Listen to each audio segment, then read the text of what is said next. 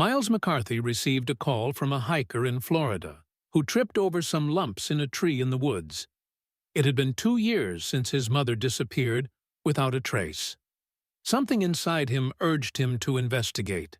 As he approached the place, he realized that the lumps in the tree were a clue that could unravel the mystery of his mother's disappearance. Miles knew he couldn't let this opportunity slip away. His heartbeat pounded in his ears as he followed the hiker into the woods. Although a cold wind was blowing, as it had just rained, his forehead and neck dripped with sweat. Wet leaves creaked under his frantic footsteps. After 2 years of searching, I was finally on the precipice of truth. If only he knew what awaited him at the end of that dark path.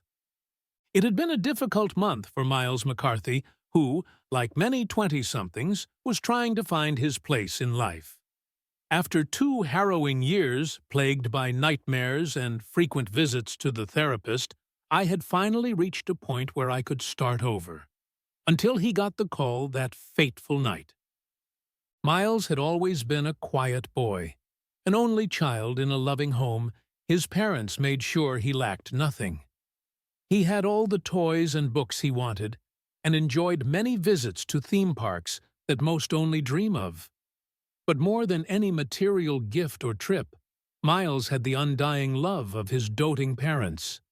He had no idea that the terrible end was upon him.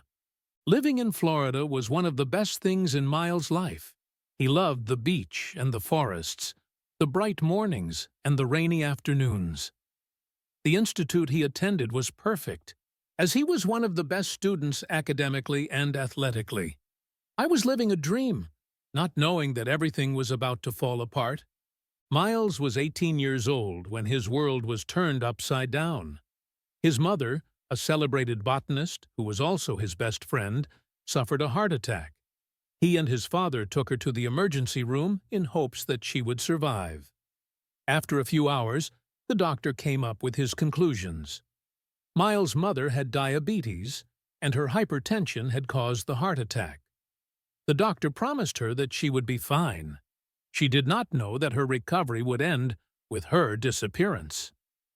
Miles recalled how his life suddenly changed. His mother, who had always been a ray of sunshine, was suddenly different. She would stay locked in her room for hours and only go out to eat, go to the bathroom, or kiss her goodnight. But that was only the first half of Miles' nightmares. Her father tried by all means to get her back to her old self. But it seemed that the doctor's diagnosis had completely changed who she was. In turn, Miles's father became obsessive about his situation, leaving Miles to fend for himself, despite being only a teenager. It wasn't long before he felt lonely in a crowded house. Miles thought his family could solve whatever was happening. They had always had their problems, but none had divided them as much as this one. Suddenly, his father reported his mother missing. Miles could remember him calling that night, explaining that no one had seen her in 3 days. But the terrible end had not yet come. What followed were 2 years of searching that came to nothing. Each of those months was exhausting for Miles, who couldn't understand why a person would hurt a sick woman. Authorities claimed his mother had last been seen riding her bicycle through the local woods, something she loved to do. They promised to give their all to the case, but his promises would soon fall short. County authorities were unable to take any significant steps to find Miles's mother. Her trail had been lost somewhere in the labyrinthine forest. They sent several search parties equipped with K-9 units and helicopters. They even accepted civilian volunteers to lend a hand. But his search would come to nothing. The authorities considered it to be a cold case. No one understood how a middle-aged woman could get lost in an area of the forest she knew well. Nothing in the case made sense. Authorities urged Miles and his father to move on with their lives, promising they would open the case if anything came up. For 2 years, nothing happened. Miles and his father changed states to start from scratch. Although it broke their hearts, they put their house up for sale and moved on. Miles underwent several therapy sessions to get through it all. Over time, he was able to refocus on his life. But while in her second year, she received a call that would change her life forever.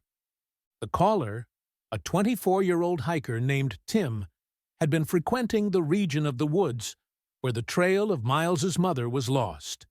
After losing his own mother in the same woods 5 years earlier, he couldn't bear the thought of another teenager going through the same thing as him. Miles wouldn't believe what I had in store for him. The information Tim gave Miles sounded strange at first. While walking through the forest, the hiker stumbled upon a tree that seemed normal at first.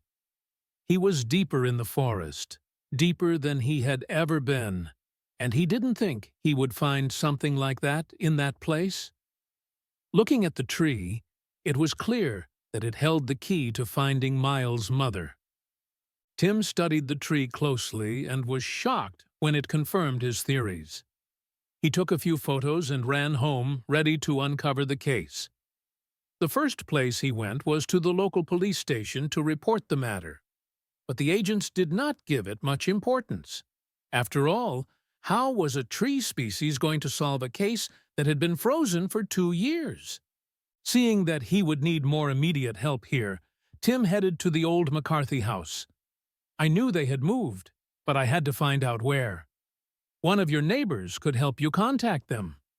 He was able to talk to his closest neighbor, a wonderful 80-year-old woman who told him that the McCarthys had moved north. Although he didn't know where exactly, it seemed to him that they were in New York or Pennsylvania. Tim was shocked. Tim thought the McCarthys had changed cities or counties. When he learned that they had crossed several states, the hope he once had vanished. He returned home to evaluate everything.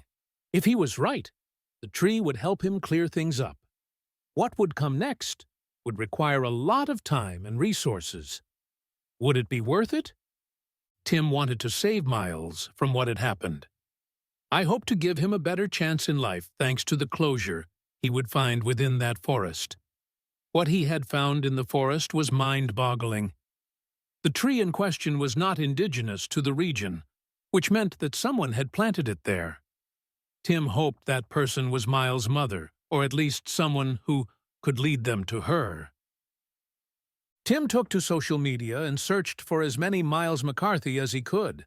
Since he didn't know Miles personally, he looked for teenagers in his city who knew him and crossed the photos in search of a possible match. It took him a while to locate Miles on Facebook. After hours of thinking about it, she sent a message to the 20-year-old. Tim paced about as he waited for Miles to open the message. He knew what he was doing was dangerous, opening old wounds like this. But he was already in too deep and would do anything to help Miles not undergo what he did. He watched with bated breath as Miles opened the message. But no reply came. With frustration welling within, he decided to do the unexpected. Tim hit the call button on the Messenger tab, and Miles picked up. The first thing the 20-year-old did was call Tim out for making fun of his situation.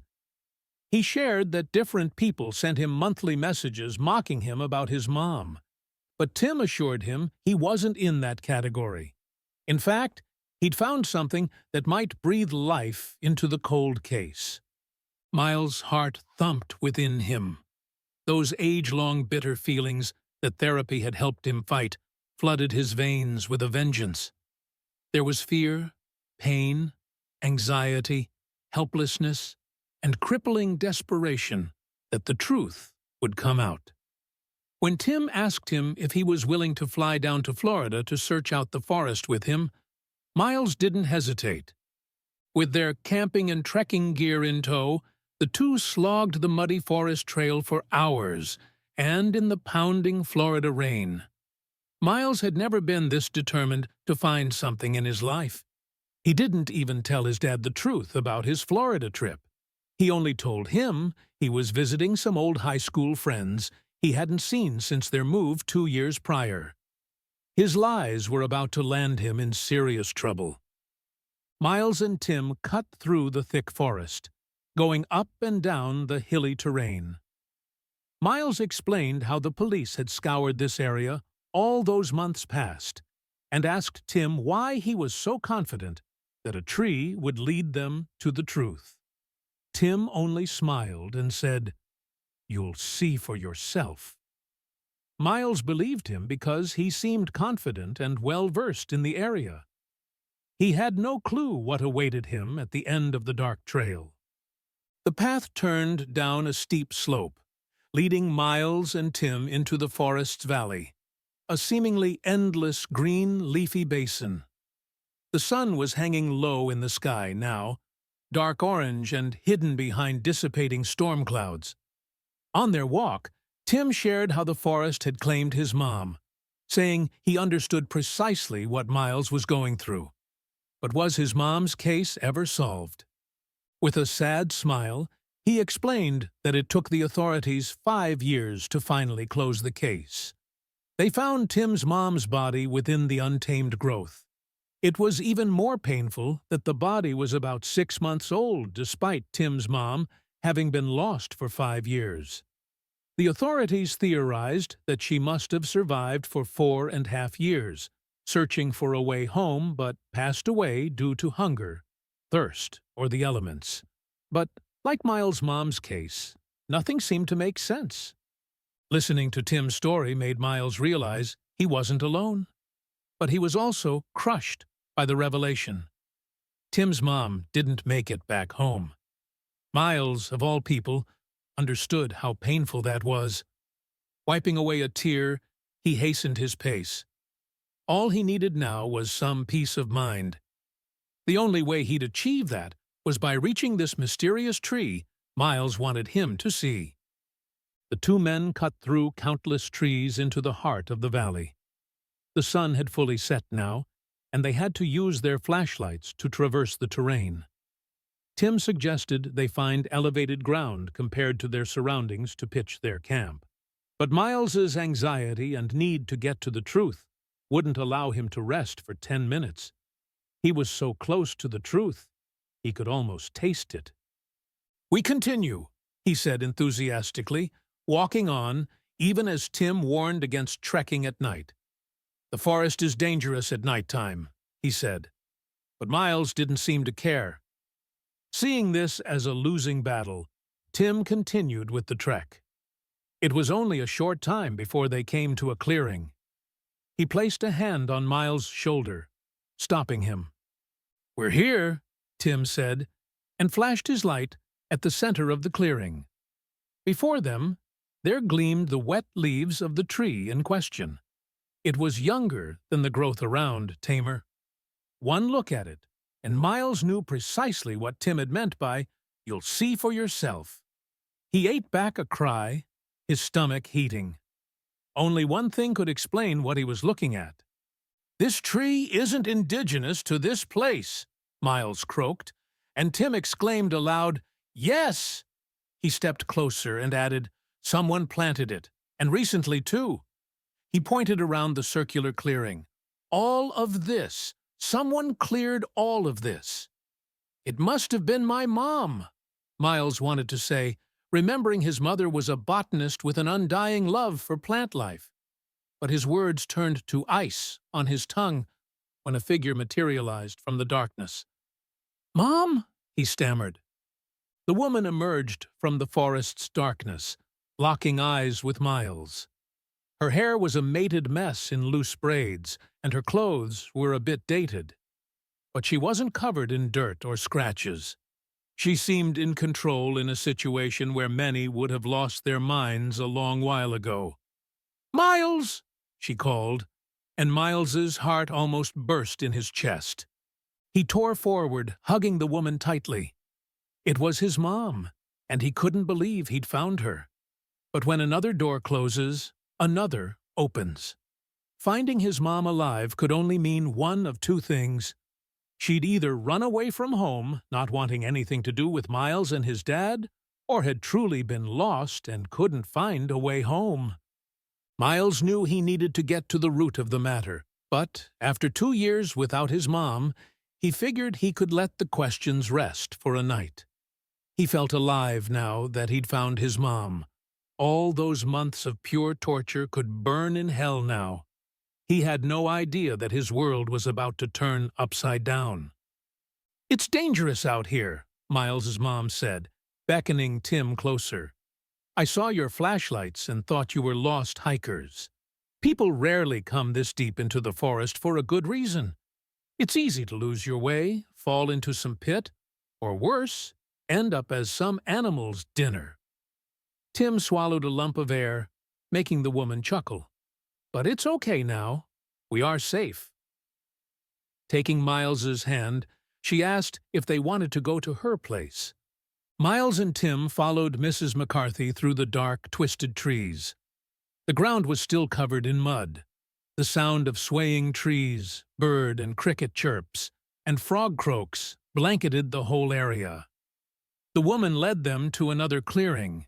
It was well lit, with a log cabin in its middle. The place seemed cozy enough, with a garden toward one side and a hide rack on the other.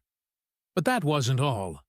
There was a bench beside the garden, seemingly for studying, a fireplace that Miles's mom had covered with black plastic paper, and a single lantern lighting the whole place. This place didn't look like a shelter for someone trying to survive after getting lost in a forest. It was the home of someone trying to keep a low profile. "Shoes," Mrs. McCarthy pointed before motioning Miles into the cabin. He didn't know what he'd expected to find, but his mouth fell open. The interior was warm and welcoming. A thick rag carpeted the floor. 2 chairs and a table marked the dining area. An entire couch, a fireplace, and a coffee table marked the living room. And a kitchen stood in the farthest corner of the cabin. 2 rooms were hidden behind 2 separate doors. "Welcome home," Miles' mom said, walking to the kitchen. All this should have answered the questions racing in Miles' head, but they only added more mystery to an already weird situation. "Nice place, Mom," he said, fighting the urge to follow her into the kitchen as he usually did when younger. "Thank you," his mom replied from across the cabin. "It belonged to a friend of mine. Do you like it?" "I do. It's warm and dry. Everything you'd want in a cabin, in my humble opinion. A home away from home." His mom turned around at that. "Why did you leave us?" Miles asked, the relief he'd felt earlier suddenly warped into pain. "We thought you were dead, Mom." Tears tinged his eyes, and seeing this, Tim excused himself, stepping outside. Miles' mom, who had been emptying a can of meatloaf into a saucepan, placed everything she was doing aside and leaned against the kitchen counter. She folded her hands above her chest, her smile and the enthusiasm in her eyes fading away. "I had to," she said in a low tone as if reminding herself. "I would have died if I stayed, Miles. I needed to get away." "And you couldn't take us?" Miles barked with quivering lips. "We spent months searching, mourning. Why?" His mom walked toward him, sitting him on one of the dining chairs. "You're a grown man now, and you have no idea how happy I am to see you. But I'll level with you. Your dad and I had a falling out when you were young." She ran a hand along a scar on her arm. "We might have seemed like a happy couple, but we weren't. I would have died if I stayed," she said, but Miles wasn't hearing it. "Lies," he whimpered. "You two were happy. I know because I was there. I remember it all, Mom. You only remember the things we want you to remember. A happy childhood." "Happy?" Miles scoffed. "Tell that to the therapist I've been seeing for 18 months. "Don't use that tone with me, young man," his mom snarled, and he found himself sinking into himself. "Not everything is bright and beautiful," Miles' mom said. "The real world is full of pain and disappointments. I wanted to protect you from that. I didn't want a son who grew up hating his father or mother. She reached for Miles' hand and said, "Some days I wished I could tell you everything, let you in on what I was planning. I spent weeks thinking about bringing you along, but I couldn't do that to you, not when you had your entire life in front for you." She sat down as well. "As I said, you're grown now, so I'll level with you. If you want, I can tell you everything,